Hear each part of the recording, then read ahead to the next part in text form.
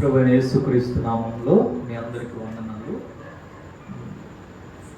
ఎక్కడికైనా ప్రయాణానికి వెళ్తున్నప్పుడు మనము ప్రిపేర్ అవ్వాలి.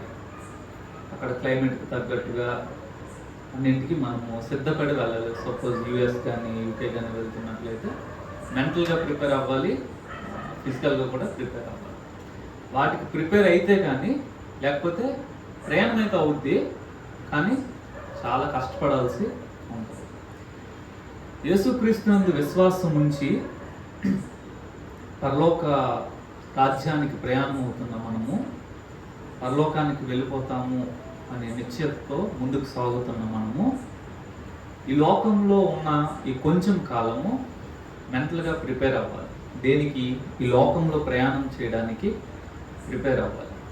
ఇశ్రాయేలీలు ఐగుప్తు నుంచి బయటకు వచ్చారు. వాళ్ళు ఇంకా కనాన్లో అడుగు పెట్టలేదు. మధ్యలో 40 సంవత్సరాలు ఉండిపోయింది. ఈ 40 సంవత్సరాలు అరణ్య అనుభవాలు, ఈ 40 సంవత్సరాలు క్లిష్ట పరిస్థితులను వాళ్ళు ఎదుర్కొన్నారు.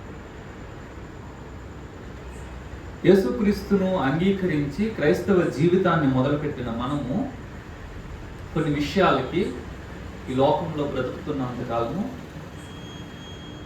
బిఫోర్ హ్యాండ్ మనము సిద్ధపడి ఉండాలి. అందులో మొదటిది, చాలా విషయాలు ఉన్నాయి, అయితే నేను కొన్ని విషయాలు మాత్రమే ఐ వాంట్ టు ఫోకస్.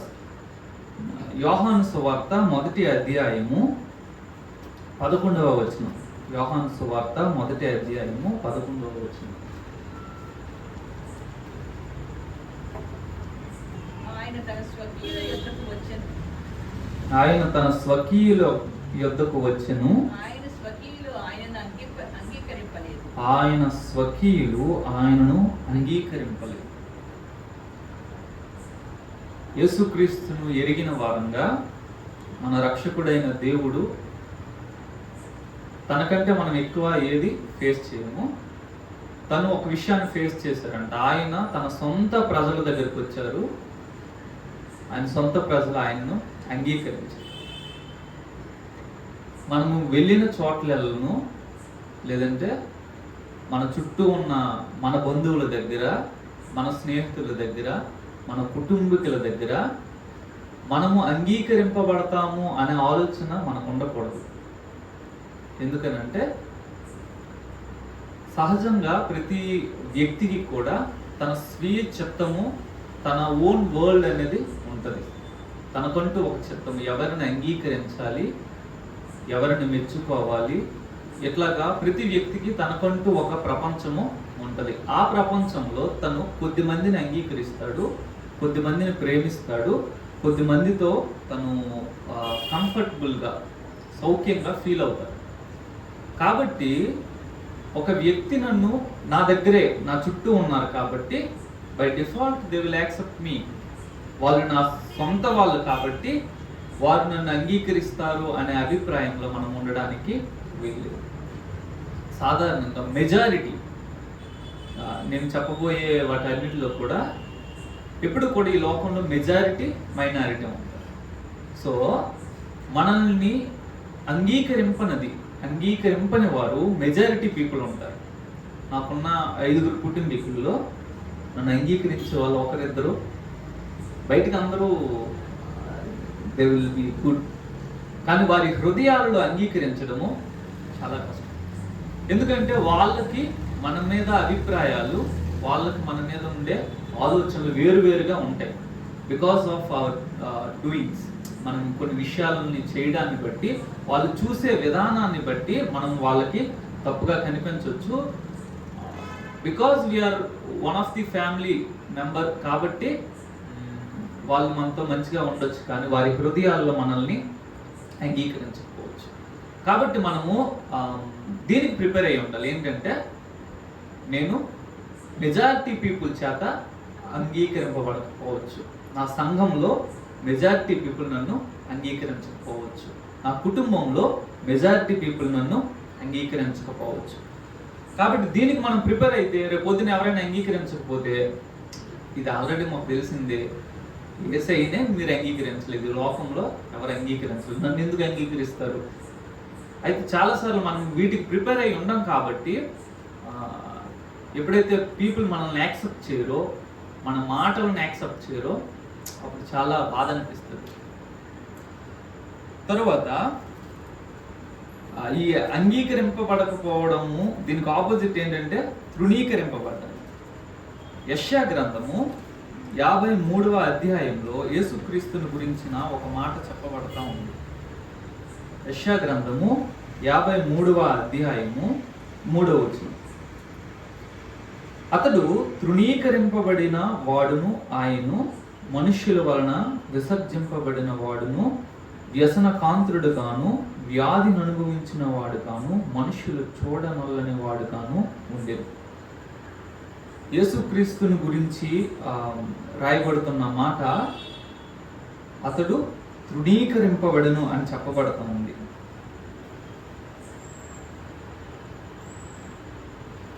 తరువాత ఆ క్రింద వచనాల్లో కూడా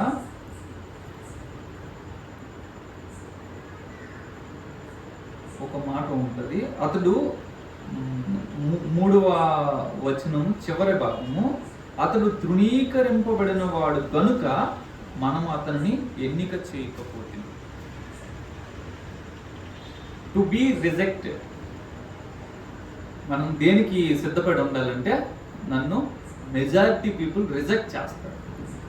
నేను మాట్లాడినప్పుడు మెజారిటీ పీపుల్ నన్ను రిజెక్ట్ చేస్తారు. నేను వెళ్ళినప్పుడు వారి హృదయాల్లో మెజారిటీ పీపుల్ నన్ను రిజెక్ట్ చేస్తారు. Still I will go. ఎహెజ్కేలుతో దేవుడు చెప్తారు, నరపుత్రుడా, నువ్వు చెప్తున్న మాటలేమి వాళ్ళు అంగీకరించరు. Still you have to speak. సమాజము నన్ను అంగీకరిస్తుంది, సమాజము నన్ను తృణీకరించదు అనే అభిప్రాయం క్రైస్తవులకి ఉండనే కూడదు. సమాజం ఖచ్చితంగా నన్ను తృణీకరిస్తుంది. ఈ అభిప్రాయాన్ని కలిగి ఉండే మనము మన యొక్క జీవిత ప్రయాణాన్ని కొనసాగించాలి.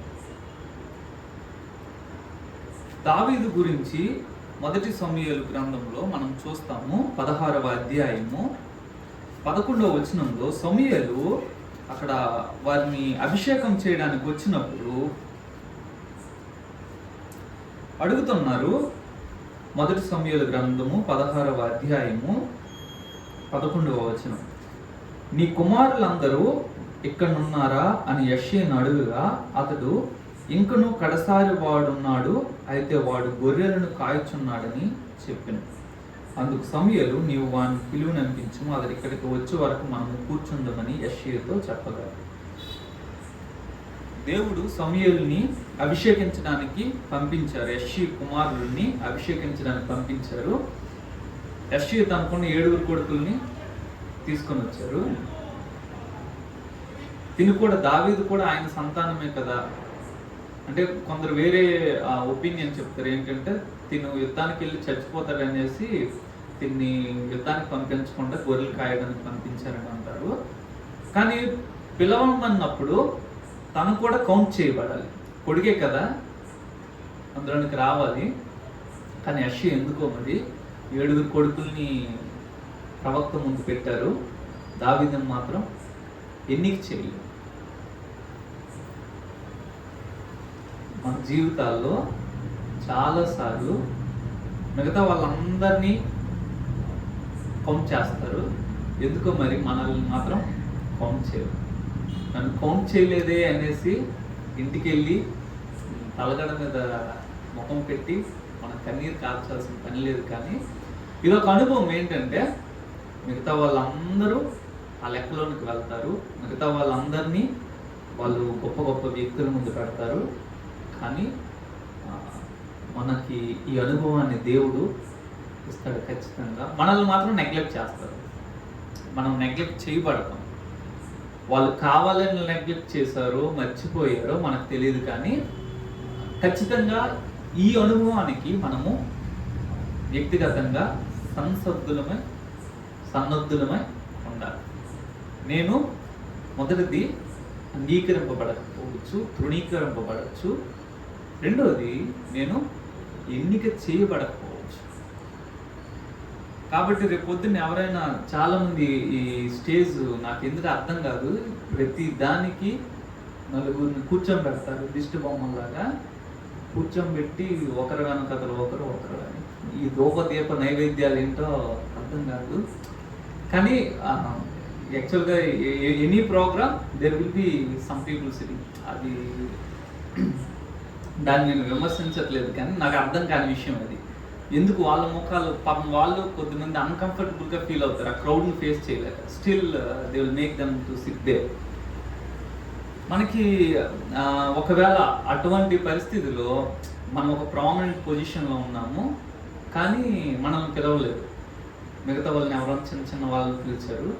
అరే నేను ఇంత స్థాయిలో ఉన్నాను, నేను ఇంత ఇది కదా, నన్ను ఎందుకు పిలవలేదు వీళ్ళు, మిగతా వాళ్ళందరినీ స్టేజ్ ఎక్కించారు, మిగతా వాళ్ళందరికీ అవకాశం ఇచ్చారు, నాకెందుకు ఇవ్వలేదు, మనం ఫీల్ అవ్వకూడదు.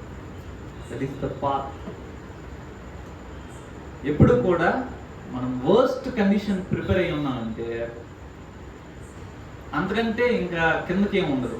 నేల మీద కూర్చుండానికి ప్రిపేర్ అయినోడికి సోఫా మీద కూర్చున్నా, ఏసీ రూముల్లో కూర్చున్నా పెద్ద వరి కాదు. కానీ ఏసీ రూముల్లో కూర్చోవడానికి ప్రిఫర్ అయినోడు షెడ్లో కూర్చోవాలంటే చాలా కష్టం. అందుకనే క్రైస్తవులంగా, ప్రభువుని ఎరిగిన పిల్లలంగా నాకు రెడ్ కార్పెట్ వేస్తారు, నాకు స్టేజ్ ఇచ్చి బాబు కూర్చోండి అని చేరేస్తారని మనం ఎక్స్పెక్ట్ చేయకూడదు. నన్ను రిజెక్ట్ చేస్తారు, ఆ మాటను రిజెక్ట్ చేస్తారు, నన్ను అసలు లెక్కలోనికే తీసుకోరు. ఆ పరిస్థితికి మనల్ని మనము మెంటల్గా ప్రిపేర్ చేసుకోవాలి. ఇంకొక విషయాన్ని మత్తయి సువార్త 10వ అధ్యాయము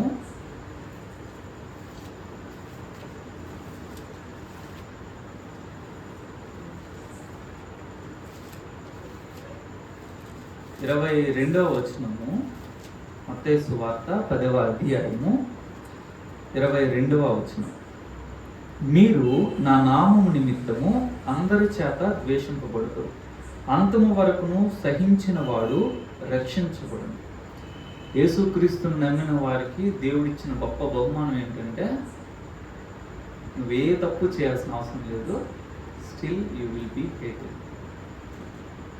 అయ్యా నేను ఏమైనా నీకు అన్యాయం చేశానా, నీ దగ్గర ఏమైనా నీ సొత్తుని నేను తీసుకున్నానా, ఎందుకు నన్ను ద్వేషిస్తున్నావు అని అంటే అతని నీకు దగ్గర కారణం ఉండదు. Because you are a Christian you will be hated like many. అందరి చేత అక్కడ లేఖనం ఉంటుంది, అందరి చేత ద్వేషించబడు. నిన్ను ప్రేమించేవారు, నిన్ను ప్రోత్సహించే వాళ్ళు, నిన్ను హక్కున చేర్చుకునే వాళ్ళు will be very very minority. చాలా కొద్ది మంది మాత్రమే నిన్ను అంగీకరిస్తారు. అయితే చాలా వ్యాస్ట్ మెజారిటీ నిన్ను ద్వేషిస్తారు. వాళ్ళ నీళ్ళు ఒక్కొక్కరి దగ్గరికి వెళ్ళి అడిగావు అనుకో, నువ్వు నన్ను ద్వేషిస్తున్నావు, నేను నీకేమైనా హాని చేశానా, లేదా నీ దగ్గర నుంచి ఏమైనా తీసుకున్నానమ్మా అంటే లేదు లేదు, నా వల్ల నీకేమైనా నష్టం కలిగిందా, లేదు, స్టిల్ ఐ హేట్ యూ. నేను నిన్ను because you believed in Jesus Christ you will be hated. లోకం చేత ద్వేషించబడవచ్చు. యేసు ప్రభువు అంటున్నారు యోహాను సువార్త 15వ అధ్యాయంలో, ఈ సమాజం చేత మనము ద్వేషించబడతాం. 15:19 మీరు లోక సంబంధులైన ఎడల లోకము తన వారిని స్నేహించును, అయితే మీరు లోక సంబంధులు కారు, నేను మిమ్మల్ని లోకం నుండి ఏర్పరచుకుంటుని, అందుచేతనే లోకము మిమ్మల్ని ద్వేషించుచుంది. యేసు ప్రభువు వారు క్లియర్గా చెప్పిన విషయం ఏంటంటే లోకం మిమ్మల్ని ద్వేషిస్తుంది. నేను యేసు ప్రభువుని నమ్మాను కాబట్టి లోకం వచ్చి నాతో జతకట్టి బాబు కంగ్రాట్స్ నువ్వు యేసు ప్రభువుని నమ్ముకున్నావు చాలా మంచిది అని నాతో ఫ్రెండ్షిప్ ఏమీ చేయదు. యేసు ప్రభువుని నమ్మినందుకు నేను లోకం చేత ద్వేషించబడతాను. అది పెద్ద విచిత్రం కాదు. విచిత్రం ఏంటంటే యేసు ప్రభువుని నమ్మిన వారి చేత నేను ద్వేషించబడతాను. దానికి మనం సిద్ధపడాలి. లోకం ఎలాగా నన్ను ద్వేషిస్తుంది, కానీ నా సహోదరులకు నేను ఏం అన్యాయం చేశాను? నా సహోదరులు క్రీస్తు రక్తము చేత కడగబడి ఒకే బల్లలో పాలు పొందుతున్న సహోదరులు నిష్కారణంగా ద్వేషిస్తారు. దానికి మనం సిద్ధపడాలి. నేను ఈ సహోదరుడికి ఏ అన్యాయం చేయలేదు, కానీ ఆ సహోదరుడు నన్ను నిష్కారణంగా ద్వేషిస్తున్నారు. యోసేపు తన అన్నయ్యల చేత ద్వేషించబడ్డాడు. బహుశా యోసేపు వాళ్ళ అన్నయ్యకి ఏ అన్యాయము చేయలేదు, ఏ ద్రోహము చేయలేదు. కాకపోతే అన్నయ్యల కోసము అంత దూరము ఒంటరిగా ఎన్నో మైళ్ళు తను నడిచి వెళ్ళారు. వాళ్ళ యోగక్షేమాన్ని తెలుసుకోవడానికి ఆయన అంత దూరం వెళ్ళారు. అలాంటి తమ్ముడిని అన్యాయంగా ద్వేషించారు. ఎంత ద్వేషం అంటే నన్ను చంపేయాలని అనుకున్నాను. సహోదరులు అంతగా ద్వేషిస్తారు. ఎవరు? రక్త సంబంధికులు. మనలో వాళ్ళకి ఏ అన్యాయం కనిపించిందో తెలియదు, కానీ నిర్హేతుకమైన ద్వేషాన్ని వాళ్ళు కలిగి ఉంటారు. ఇశ్రాయేలీయులు ఐగుప్తు నుంచి బయటకు వచ్చారు, కానీ వాళ్ళలో నుంచి ఐగుప్తు బయటికి వెళ్ళలేదు. ఇశ్రాయేలీయులు బయటకు వచ్చినప్పటికీ కూడా వాళ్ళలో ఐగుప్తు ఉండిపోయింది. వాళ్ళు ఐగుప్తు నుండి బయటకు వచ్చారు. ఈ అరణ్య యాత్రలో కనాను చేరే ముందు వరకు కూడా వారి హృదయాల్లో ఐగుప్తే ఉంది. ఏమైనా మాట అంటే చాలు వాళ్ళు అనేది ఏంటంటే మాకు ఐగుప్తులోనే బాగుంది, పదండి ఐగుప్తుకి వెళ్ళిపోదామని ఒక లీడర్ని ఏర్పరిచి వెళ్ళిపోవడానికి రెడీ అయ్యారు. ఎందుకు ఐగుప్తు అని అంటున్నారంటే వాళ్ళ హృదయాల నిండా ఐగుప్తు ఉండిపోయింది. ఐగుప్తులో అనుభవించిన వేదనలు, పెట్టిన మొర్ర, కార్చిన కన్నీరు, ఇదేమీ వాళ్ళకి గుర్తుకు రావట్లేదు. కంఫర్ట్ జోన్ ఒకసారి వచ్చాక విల్ ఫర్గెట్ పాపము యొక్క లేదంటే శాపగ్రస్తమైన జీవితాల్లో మనం అనుభవించిన దారిద్ర్యత ఒకసారి కంఫర్ట్ జోన్లోకి వచ్చాక మనము మర్చిపోయి ఏం చేస్తామంటే మరలా అదే పాపంలోనికి, అదే వ్యసనంలోనికి లాగుతా ఉంటుంది మనసు. అయ్యా నువ్వు అందులో ఎంత కష్టాన్ని అనుభవించావు నీకు తెలుసు కదా, మళ్ళీ ఎందుకు నువ్వు వెనక్కి వెళ్తున్నావు అంటే ఈ కంఫర్ట్ జోన్లో ఆ వేదన నేను మర్చిపోయాను, అదే బాగుంటుందేమో.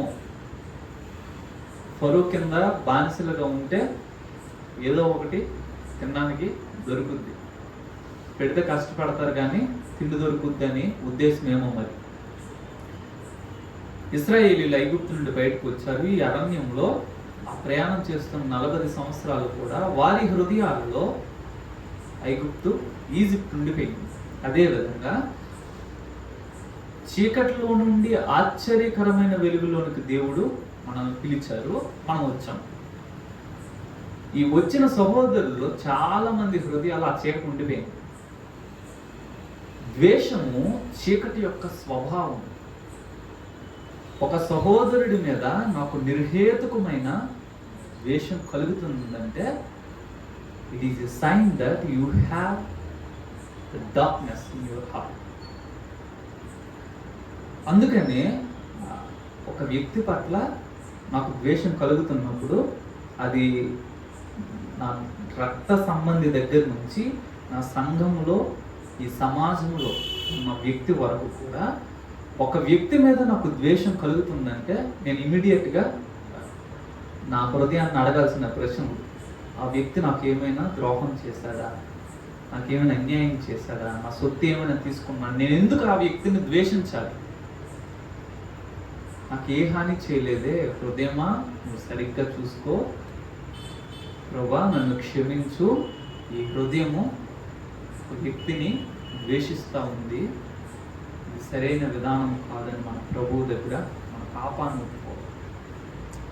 ఇదే విషయాన్ని యోహాను 1వ పత్రికలో 2వ అధ్యాయంలో చెప్తున్నారు. వెలుగులో ఉన్నానని చెప్పుకొనుచు తన సహోదరుని ద్వేషించువాడు ఇప్పటి వరకు చీకట్లోనే ఉన్నారు. ఎవరు వెలుగులో ఉన్నానని చెప్పుకుంటున్నారు? క్రీస్తును నమ్మిన వారు చెప్పుకుంటున్నారు నేను వెలుగులో ఉన్నాను అని. ఈ వెలుగులో ఉన్నానని చెప్పుకుంటున్న వ్యక్తి ఏమో తన సహోదరుణ్ణి ద్వేషిస్తున్నాడు. దేవుడు అంటున్నారు, బాబు నువ్వు వెలుగులో ఉన్నావు అనుకుంటున్నావు కానీ still you are in darkness. ప్రేమ దేవుని సంబంధమైనది, ప్రేమ వెలుగు సంబంధమైనది. ఈ రెండిట్లో ఏదో ఒకటే ఉంటుంది, లేదా ద్వేషం ఉండాలి లేదా ప్రేమ ఉండాలి. ఒక వ్యక్తి మీద నాకు ప్రేమ లేదని అంటే బై డిఫాల్ట్ ఆ వ్యక్తి మీద నాకు ద్వేషం ఉంటుంది. అందుకనే మనం ప్రార్థన చేయాలి, ప్రభువా ప్రేమించుటకు నాకు సహాయం చేయి. ఎవరిని? నా దగ్గర ఉండే నా జీవిత భాగస్వామిని మొదలుకొని ఈ సమాజంలో అట్టడుగు వర్గాల వరకు అందరినీ ప్రేమించే మనసు నాకు దయచేయండి అని మనం అడగాలి. ఒకవేళ అలా లేకపోతే మనమే ద్వేషిస్తాము. మనం అనేకుల చేత ద్వేషించబడతాం. దానికి మనం ప్రిపేర్ అయి ఉండాలి. కానీ అదే పని నేను చేయకూడదు. నన్ను ఇంతమంది ద్వేషిస్తున్నారు కాబట్టి అందరినీ నేను ద్వేషిస్తానని మనం అనుకోకూడదు. ఇంతమంది నన్ను ద్వేషించినా సరే I will not hate, I will love. ఎందుకంటే నా ప్రభువు వారిని ప్రేమిస్తున్నాడు. ఎందుకు ప్రేమించాలి ఒక వ్యక్తిని? ఈ సమాజంలో ఉన్న ఒక వ్యక్తి నాకు ఏ విధంగా ఉపయోగపడడు, అయినా ఆ వ్యక్తి నేను ఎందుకు ప్రేమించాలి? ఆ వ్యక్తి కొరకు నేను ఎందుకు ప్రార్థన చేయాలి? ఆ వ్యక్తికి ఎందుకు నేను సహాయం చేయాలంటే because the reason my lord loves him. నా దేవుడు, నా ప్రభు నన్ను ప్రేమిస్తున్నవాడు ఆ వ్యక్తిని ప్రేమిస్తాను. చాలాసార్లు లవ్ స్టోరీస్లో మనం చూస్తాం సినిమాల్లో ఏంటంటే హీరోయిన్కి ఒక కుక్క ఉంటుంది, ఆ కుక్క ఎక్కడో తప్పిపోద్ది, ఆ కుక్కని కాపాడడం కోసం మన హీరో పరిగెడతా ఉంటాడు. అయ్యా కుక్కకి నీకేం సంబంధం లేదు కదా, ఎందుకు నువ్వు కుక్క వెనకాల పరిగెడుతుంది, దానికోసం ఎందుకు నువ్వు అంత రిస్క్ చేస్తావు అంటే తను చెప్పేది ఏంటంటే because I'm loving her, she loving me. So ఆమెకు కుక్క ఇష్టం కాబట్టి కుక్క కొరకు ఈ హీరో పరిగెడతాడు. దాంతో మనం పోల్చట్లేదు, కానీ అదే వైఖరి ఏంటంటే నేను నా ప్రభువును ప్రేమిస్తున్నాను, నా ప్రభు ఏమో ఈ లోకంలో పాపి అయిన ఒక మనుష్యుణ్ణి, భ్రష్టుడైన ఒక వ్యక్తిని ప్రేమిస్తున్నాను. ఆ కారణం చేత ఆ వ్యక్తి అంటే నాకు ఇష్టం లేదు, స్టిల్ లవ్. మనం ఆ వైఖరిని కలిగి ఉండాలి. అయితే ద్వేషించబడడానికి సిద్ధపడి ఉండాలి. ఏ తప్పు చేయాల్సిన అవసరం లేదు. ఒకవేళ సౌలు దగ్గరికి వెళ్ళి సౌలు గారు మీరు దావీదుని అంతగా ద్వేషిస్తున్నారు, దావీదు మీకు ఏమైనా పర్సనల్గా ఏదైనా చేశారా అంటే సౌలు దగ్గర పాపం ఆన్సర్ ఉంటుంది. కానీ అసూయ నుంచి పుట్టిన ఆ ద్వేషము సౌలుని తను చనిపోయేటట్లుగా చేసింది. దావీదు పాపం సౌలు బ్రతికినంత కాలం నెమ్మది లేకుండా చేసింది. కాబట్టి ఇటువంటి ద్వేషానికి నేను కేంద్రంగా ఉండకూడదు. అయితే ఇటువంటి ద్వేషాన్ని భరించడానికి, ఎదుర్కోవడానికి నేను సిద్ధపడి ఉంటాను. ప్రభువా నేను నిన్ను నమ్మాను కాబట్టి ఈ లోకము, నా సొంత వాళ్ళు, నా సంఘస్థులు మీరు నన్ను ద్వేషించవచ్చు. నన్ను ప్రేమించే ఆ మైనారిటీలో ఉన్న మైనారిటీ ఎవరంటే యేసు ప్రభు. ఆయన నన్ను ప్రేమిస్తున్నారు కాబట్టి మిగతా వాళ్ళు నన్ను ప్రేమించినా ప్రేమించకపోయినా, మిగతా వాళ్ళు నన్ను పట్టించుకున్నా పట్టించుకోకపోయినా నేను ప్రేమిస్తాను. నేను ఈ ద్వేషాన్ని ప్రేమతో ఎదుర్కొంటానని ఆ వైఖరి మనకి ఉండాలి.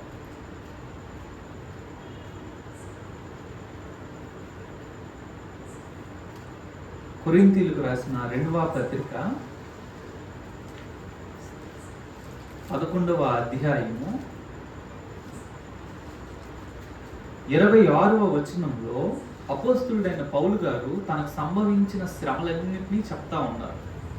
అందులో మెన్షన్ చేస్తున్నారు చూడండి. అనేక పర్యాయములు ప్రయాణములలోను, నదుల వలనైన ఆపదలలోను, దొంగల వలనైన ఆపదలలోను, నా స్వజనుల వలనైన ఆపదలలోను, అన్యజనుల వలనైన ఆపదలలోను, పట్టణములో ఆపదలలోను, అరణ్యములో ఆపదలలోను, సముద్రములో ఆపదలలోను, కపట సహోదరుల వలన ఆపదల్లోనూ ఉంటుంది.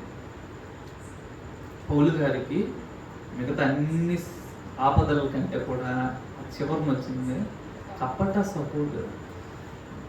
They are counted as brethren, సహోదరులుగా వారు లెక్కించబడ్డారు. కానీ మంచిదేం కాదు. గొర్రెల చర్మాన్ని కప్పుకున్న క్రూరమైన తోడేలు. అలాంటి వారి వలన ఆపదలు, కుటుంబాలను చీల్చేది ఎక్కడో దూరం నుండి వచ్చి ఎవరో పెట్టరు, మన చుట్టూ ఉంటారే వాళ్ళు పెడతారు.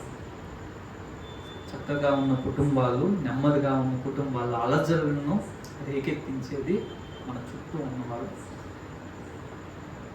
అందుకని మనము సిద్ధపడి ఉండాలి. ఏంటంటే, నేను ఒక వ్యక్తిని సహాయం చేస్తున్నాను, ఒక సహోదరుడికి సహాయం చేస్తున్నాను, కానీ ఈ సహోదరుడే నాకు ఆపదను తెచ్చి పెట్టచ్చు అనే ఉద్దేశాన్ని మనము కలిగి ఉండాలి. ఒకవేళ అది లేకపోతే మనం కొందరు వ్యక్తులు నమ్ముతాము, కొందరికి బాగా సహాయం చేస్తాము, అయితే వాళ్ళు మనకి వెన్నుపోటు పొడిచినప్పుడు ఆ బాధను భరించడము మన వల్ల కాదు. అందుకనే మనం సిద్ధపడ, నేను కొందరిని ప్రయోజకులంగా చేస్తాను, అయితే వాళ్ళు నా మీద తిరగబడతారు, వాళ్ళ వల్ల నాకు ఆపదలు వస్తాయి, స్టిల్ నేను వాళ్ళకి సహాయం చేస్తాను, ఆ సహోదరులతో చక్కగా నేను వెలుగుతాను అని.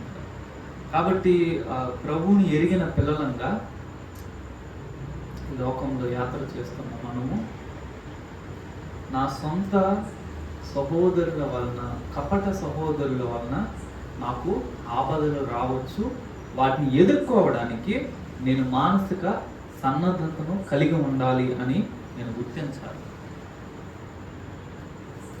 తిమోతికి రాసిన 2వ పత్రిక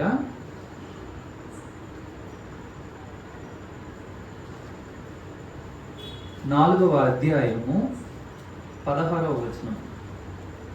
తిమోతికి రాసిన 2వ పత్రిక 4వ అధ్యాయము 16వ వచనం. నేను మొదట సమాధానము చెప్పినప్పుడు ఎవడునూ నా పక్షముగా నిలవలేదు, అందరూ నన్ను విడిచిపోయి ఇది వారికి నేరముగా ఎంచబడకుండునుగాక. పౌలు గారు తిమోతికి రాసిన ఈ పత్రిక చివరి పత్రిక. ఇది రాసిన 1 వీక్లో మేబీ తను బిహెడ్ అయ్యారు, చనిపోయారు. పౌలు గారు అంటున్నారు ఒక మాట, ఎవరు అన్ని సంఘాలను కట్టి యూరప్కి సువార్తను తీసుకెళ్ళి అన్ని శ్రమలు అనుభవించి అన్ని మహత్కార్యాలు చేసి అంత గొప్ప పరిచర్య నెరవేర్చిన యోధుడు అంటున్న మాట ఏంటంటే, అందరూ నన్ను విడిచి వెళ్ళిపోయారు. యాజ్ ఎ బిలీవర్గా మనం సిద్ధపడాలి. ఏంటంటే, ఇప్పుడు అందరూ మనకి పూలు చల్లవచ్చు, మనల్ని మెచ్చుకోవచ్చు, మనకి ఇప్పుడు రెడ్ కార్పెట్ వేయచ్చు, కానీ ఒక టైం వస్తుంది మన జీవితంలో, ప్రతి వ్యక్తి జీవితంలో ఈ షుడ్ ఖచ్చితంగా వెళ్ళాలి. ఏంటంటే, ఒంటరితనం అనే అనుభవం. అందరూ వదిలేసి వెళ్ళిపోతారు, మనం మాత్రమే నిలబడాలి. యాకోబు ఒంటరిగా తన ప్రయాణాన్ని ప్రారంభించాడు. చాలా సామ్రాజ్యాన్ని సొత్తులు సంపాదించుకొని భార్య, పిల్లలు, దాసీలు, ఎడ్లు, గొర్రెలు ఇట్లన్నిటితో వస్తున్నాడు. అది 70 రేవు దగ్గరకు వచ్చాడు. యాకోబు ఒక్కడ మిగిలిపోయాడు. అందరినీ పంపించాడు. ఆ రాత్రి ఒక్కడే ఉండేది. ఎటువంటి సందర్భం మన జీవితాల్లో ఖచ్చితంగా వస్తుంది. అయితే ఫిజికల్గా రాకపోవచ్చు. ఏంటంటే అందరూ మనం, because I'm a member in the family, నేను కుటుంబంలో ఒక సభ్యురాలిని, సంఘంలో ఒక సభ్యురాలిని కాబట్టి నన్ను అందరూ విడిచి వెళ్ళకపోవచ్చు, కానీ వారి హృదయాల్లో విడిచేయచ్చు. మేబీ ఇది ఫిజికల్గా కూడా జరగవచ్చు. ఒకానొక సందర్భంలో మనం ఒక కాంట్రవర్షియల్ పర్సన్గా కనిపించినప్పుడు మనల్ని వదిలేసి అందరూ వెళ్ళిపోతారు. విశ్వాసంతో మనం ఒక్కరమే నిలబడాల్సిన పరిస్థితి. ఒంటరి అవ్వడానికి సిద్ధపడిన వ్యక్తి, ఒంటరి జీవితానికి మెంటల్గా ప్రిపేర్ అయిన వ్యక్తి, నలుగురు తన చుట్టూ ఉన్నప్పుడే ఆ చుట్టూ ఉన్న ఆనందాన్ని అనుభవిస్తూ, చుట్టూ ఉన్న వారి యొక్క ఆప్యాయతను అనుభవిస్తూ, స్టిల్ ఒకవైపు మానసికంగా వీళ్ళందరూ ఇప్పుడు లేకపోతే ఎట్లా, వీళ్ళందరూ లేకపోతే నేను ఒంటరిగా బ్రతకాల్సి వస్తే, ఒక ఓల్డేజ్ హోమ్లో ఉండాల్సి వస్తే ఇప్పుడు నా పరిస్థితి ఏంటి అని ఆ ఒంటరితనానికి, అందరూ నన్ను విడిచిపెట్టే ఆ అనుభవానికి మానసికంగా మనం సన్నద్ధులమైతే మనము ఒంటరి వాళ్ళం అవుతాము. అప్పుడు ఇది పెద్ద కష్టమైన పని. యేసు ప్రభు వారు 12 మంది శిష్యుల్ని, అందులో 3 వెరీ క్లోజ్, చాలా దగ్గర ఉన్న వ్యక్తుల్ని తయారు చేసుకున్నారు. 70 మంది ఇతరులను నియమించారు. వాళ్ళు శిష్యులే. వందల వేల కొద్దీ శిష్యులు ఉన్నారు. ఒక పెద్ద జనసమూహం ఉంది. ఆయన్ని వెంబడిస్తూ ఆయన మాటలు ఆతురతగా వినే ఒక సమాజము ఆయనతో ఎప్పుడు ఉంది, ఒక సమూహం ఉంది. అలాంటి ప్రభువుకి ఒక అనుభవము తన చివరి గడియలో ఒక్కడ కూడా తనతో లేదు. యేసయ్య వెళ్ళిన ఆ మార్గము మనము కూడా ఖచ్చితంగా వెళ్ళాల్సిన మార్గం. యేసుక్రీస్తునందు విశ్వాసం ఉంచాం కాబట్టి సేఫ్గా నా జర్నీ అయిపోద్దని మన ఆ భ్రమలో మనం ఉండకూడదు. దేవుడు మనల్ని ఆశీర్వదిస్తాడు, దేవుడు అన్నీ ఇస్తాడు, మేబీ ఇవ్వచ్చు, ఆశీర్వదించవచ్చు. కానీ ఏ అనుభవాలు లేకుండా నా జర్నీ అయిపోద్దని మాత్రం కల్లో కూడా మనం అనుకోవడానికి వీల్లేదు. ఖచ్చితంగా ఈ అనుభవాల గుండా మనం వెళ్ళాలి. ప్రవక్తలు వారి వారి తరాల్లో వారు ఒక్కడే ఉన్నారు. ఏలియా ఉన్నప్పుడు ఏలియా ఒక్కడే ఉన్నాడు, ఎలీషా ఉన్నప్పుడు ఎలీషా ఒక్కడే ఉన్నాడు, ఇంకెవ్వరు లేరు. ఏలియా అంటే నేను ఒక్కడనే ఉంటే నన్ను కూడా చంపాలనుకుంటున్నారు వీళ్ళు. ఇర్మియా ఉన్నప్పుడు ఇర్మియా ఒక్కడే ఉన్నాడు, యెహెజ్కేలు ఉన్నప్పుడు యెహెజ్కేలు ఒక్కడే ఉన్నాడు. ఎవరు వాళ్ళని అంగీకరించట్లేదు. వాళ్ళు సమాజంలో వాళ్ళ స్వజనుల్లో ఒంటరి అయిపోయారు. క్రైస్తవ విలువలకు, క్రైస్తవ విశ్వాసానికి మనల్ని మనం అంటి పెట్టుకుని ఉంటే, లేఖనాలకు అంటి పెట్టుకుని ఉంటే మనకు వచ్చే బహుమానం ఏంటంటే యువర్ అన్ఫిట్. నువ్వు ఇప్పుడున్న కాలానికి సరిపోయిన వ్యక్తులు కాదు, ఇప్పుడున్న తరానికి సరిపోయిన వ్యక్తులు కాదని మనల్ని తృణీకరించే పరిస్థితి, మనల్ని ఒంటరి చేసే ఆ పరిస్థితి. మనకి భక్తుల గురించి తెలుసు, భక్త సింగ్ గారి గురించి మనకు బాగా తెలుసు. ఆయన కానీ ఆయన చివరి రోజుల్లో ఆయన చాలా ఒంటరితనాన్ని అనుభవించారని నేను విన్నాను. మరి అది ఎంతవరకు నిజమని తెలియదు. కానీ చాలా సంవత్సరాలు ఆయన మంచం మీద ఉన్నప్పుడు చాలామంది ఆయన చేసిన టీచింగ్ని సరిచేద్దామని, ఏదో వెరీ రేర్ నేను విన్నది, అది కరెక్టో కాదు నాకు తెలియదు. కానీ తను వాళ్ళ శిష్యులు ఆయనతో అన్న మాట అంట, నువ్వు ఇన్ని రోజులు ఈ టీచింగ్ చేసి ఇప్పుడు ఇది కాదని అంటే మేము అందరం ఏమైపోవాలి, so you keep your mouth shut అని భక్త్ సింగ్ గారితో అన్నారు. ఏమో అది ఎంతవరకు వాస్తవం అన్నది నాకైతే తెలియదు. కానీ అంటే ప్రతి భక్తుడు కూడా, మనకు తెలియదు, మనం ఆహా ఊహ అని అంటాము, కానీ వారి చివరి దినాల్లో వారు ఒకానొక కాలఘట్టంలో వారు అనుభవించే ఆ ఒంటరితనం. తమిళనాడులో ఒక మిషనరీ, ఆయన పేరు ఫస్ట్ ఇండియాలో అడుగుపెట్టిన మిషనరీ, అంటే విలియం కేరీ రాకముందు వచ్చి బైబిల్ని తమిళ్లోకి ట్రాన్స్లేట్ చేశాడు. ఆయన పేరు సరి గుర్తులేదు. కానీ ఆయన కూడా చాలా ఒంటరితనం కూడా, వాళ్ళ మిషన్ ఏ మిషన్ అయితే పంపించిందో ఆ మిషనే ఆయన మీద నిందలేసి ఒంటరిని చేసింది. Still he accomplished much. కాబట్టి మనము మెంటల్గా దీనికి ప్రిపేర్ అయ్యి ఉండాలి. తరువాత మన మీద కొన్ని నిందలేస్తారు. యోసేపు మీద 39 ఆదికాండము అధ్యాయంలో చూస్తాము. యోసేపు మీద కొన్ని నిందలేస్తారు. భయంకరమైన నింద తన్ని చెరసాలలోనికి వేసింది. యోసేపు స్థానంలో మనం ఉంటే మనం అంటాము, ప్రభువా నేను నీతి కొరకు కదా నిలబడింది, నేను ఒక అన్యాయం చేయకూడదు కదా అని నిలబడింది, నాకు ఇచ్చే బహుమానం ఇదేనా నువ్వు అని మనం దేవుణ్ణి ఖచ్చితంగా అడుగుతాం. యూసఫ్కి ఏమైనా ఈరోజు జైల్లోనికి వెళ్ళి రేపు బయటకు వచ్చేది. సుమారు అంటారు 13 సంవత్సరాలు is in the prison, he was in the prison. కాబట్టి ఏంటంటే మన మీద కొన్ని నిందలు వేస్తారు, వాటికి మనం ప్రిపేర్ అయ్యాం. జఫన్యా శాస్త్రి గారిని ఆయన అనుభవంలో చెప్తారు. ఆయన సూసైడ్ చేసుకున్నారు, అంటే ఒకసారి అటెంప్ట్ చేశారు, రిజర్వాయర్లో దూకేశారు. ఎందుకయ్యా దూకేస్తున్నావు అని అంటే ఆయన చెప్పేదా, వాళ్ళు సంఘస్థులు మరి లేకపోతే ఇరుగుపొరుగు వాళ్ళు వేసే నిందలు భరించలేక నేను ఇంత త్యాగపూరితంగా బ్రతుకుతున్నాను, ఇంత నష్టపరుచుకొని వచ్చి ఇక్కడ సేవ చేస్తున్నాను, వీళ్ళు నా మీద ఇంత దారుణమైన నిందలేస్తారని ఆయన రిజర్వాయర్లో దూకేశారంట. మళ్ళీ ప్రభు తను పట్టుకొని బయటికి లాగి తను బలపరిచి వాడుకుంటున్నారు. అయితే విషయం ఏంటంటే ఆయన అనుభవం నుంచి అంత భయంకరమైన నిందలు వస్తాయి. GEMS Gospel Echoing Missionary Society ఒక పెద్ద సంస్థ, సుమారు 3000 మంది missionaries and native workers work చేస్తున్నారు. ఆయన ఒకానొక సందర్భంలో మిషనే వదిలేసి వెళ్ళిపోవాలనుకున్నారు. ఎందుకనంటే ఆయన మీద వేసిన కొన్ని నిందలు. ఆయన అగస్టిన్ జపకుమార్ గారు, ఆయన తను ఉంటున్న ఇంటికి మిషన్ పేరు మీద కట్టారు. ఆ ఇంటికి తను రెంట్ పే చేస్తారు. నాదంటూ ఏమీ అంత జెన్యూన్గా బ్రతుకుతున్న వ్యక్తి మీద కూడా కొన్ని నిందలు వేశారు. ఆ నిందలు భరించలేక నా హానెస్టీనే వీళ్ళు క్వశ్చన్ చేస్తున్నారే, నేను ఉంటున్న ఇంటికి రెంట్ కడుతున్నాను, ఇంత 100 కోట్ల ఆస్తి సమకూర్చి ఉంటున్న ఇంటికి నేను రెంట్ కడుతున్నాను, వీళ్ళు నా యొక్క ఆ జెన్యూనిటీని క్వశ్చన్ చేస్తున్నారు, నా మీద నిందలు వేస్తున్నారని తను ఒకనొక సందర్భంలో మిషన్ వేరే వాళ్ళకి అప్పగించి వెళ్ళిపోవాలని అనుకున్నారు. అంటే అంత భయంకరమైన నిందలు మన మీద వేస్తారు. వాటికి మనము సన్నద్ధులం అవ్వాలి. మనల్ని వ్యభిచారం అనొచ్చు, మనం దొంగ అనొచ్చు, కానీ దేవుని ఎదుట మనం సరిగ్గా ఉన్నప్పుడు లోకం మనల్ని అపార్థం చేసుకున్న we need not to give any heed. దానికి మనం సిద్ధపడి ఉండాలి. చివరిగా చెప్తున్నాము, మత్తయి సువార్త 21వ అధ్యాయము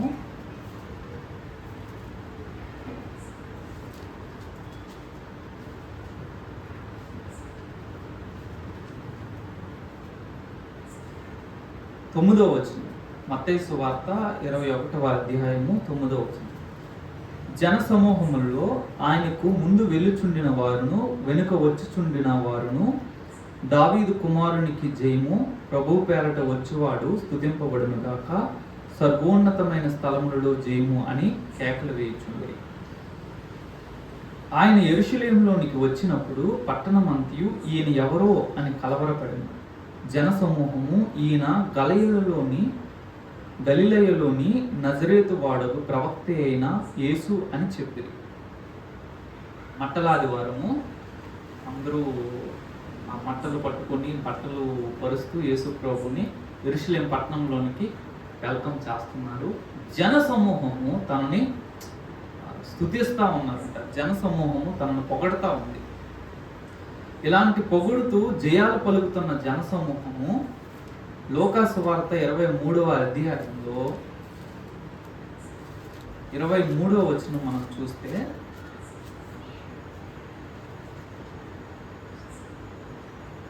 అయితే వారు ఒకే పట్టుగా పెద్ద కేకలు వేసి వీరిని సిలువ వేయమని అడుగగా వారి కేకలే గెలిచారు.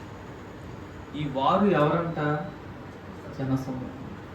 మత్తయి సువార్తలో ఉంటుంది. ఆ పెద్దవాళ్ళు యాజకులు అందరూ కలిసి జనసమూహాన్ని ప్రేరేపించారంట. క్రౌడ్తో మనము చాలా జాగ్రత్తగా ఉండాలి. క్రౌడ్ మనల్ని ఎంత పొగిడినా, ఎంత ఆకాశానికి ఎత్తినా సిద్ధపడాలి. మనసులో మనం నిశ్చయించుకోవాలి, ఇప్పుడు వీళ్ళు పొగుడుతున్నారు, నన్ను ఆకాశానికి ఎత్తుతున్నారు, కానీ ఖచ్చితంగా వీళ్ళు అధపాతాళానికి నన్ను తొక్కుతారు అనే ఆ వైఖరిని మనం ముందుగానే మన హృదయాల్లో సిద్ధపరచుకోవాలి. ఈ 2 మాటలకి ఏంటి?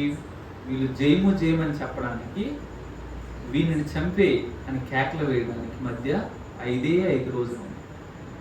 ఇక్కడ ఆదివారం పట్టణంలో అడుగు పెడుతున్నప్పుడు జయము జయము అనుకుని తీసుకొని వచ్చారు.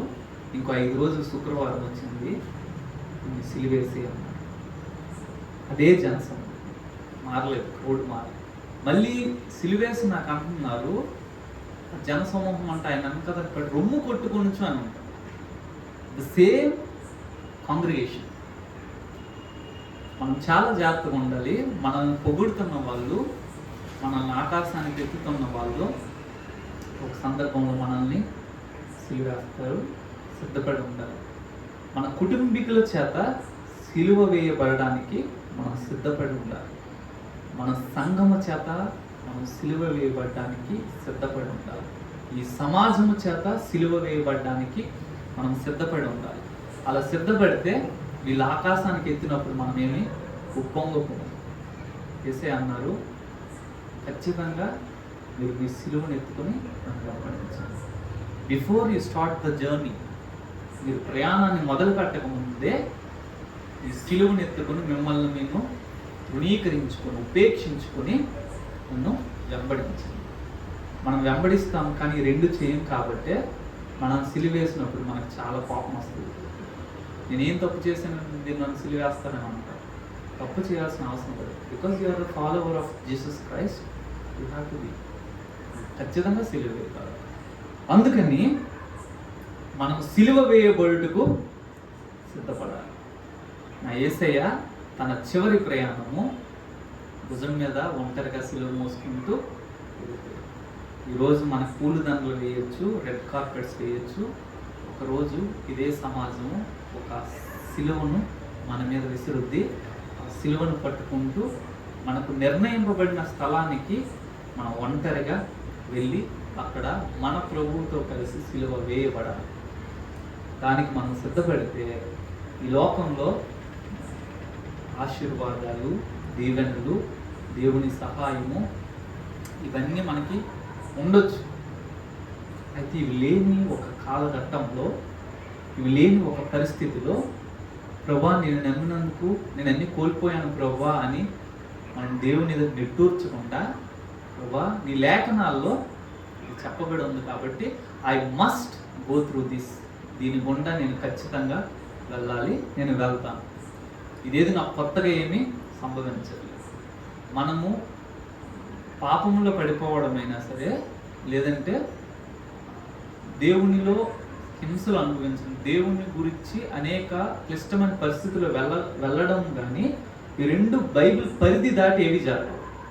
సాతాను నన్ను ఒక పాపంలో పడేశాడని అంటే it will be according to the word of God.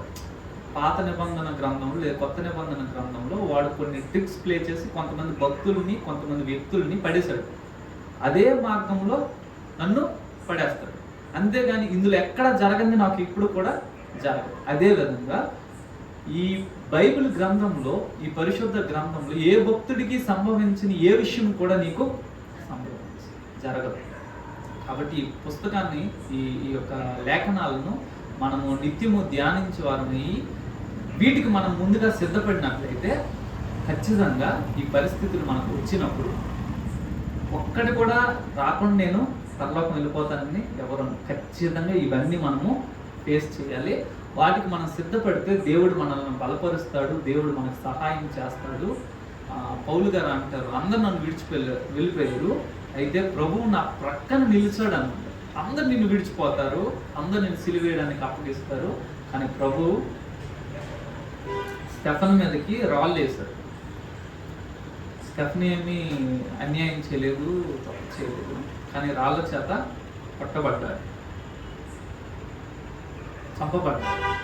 మనం కూడా దానికి సిద్ధపడితే వీళ్ళు సింహాసనం వేయొచ్చు, లేదంటే రాళ్ళు వేయచ్చు, కానీ మనం రాళ్ళకే సిద్ధపడాలి.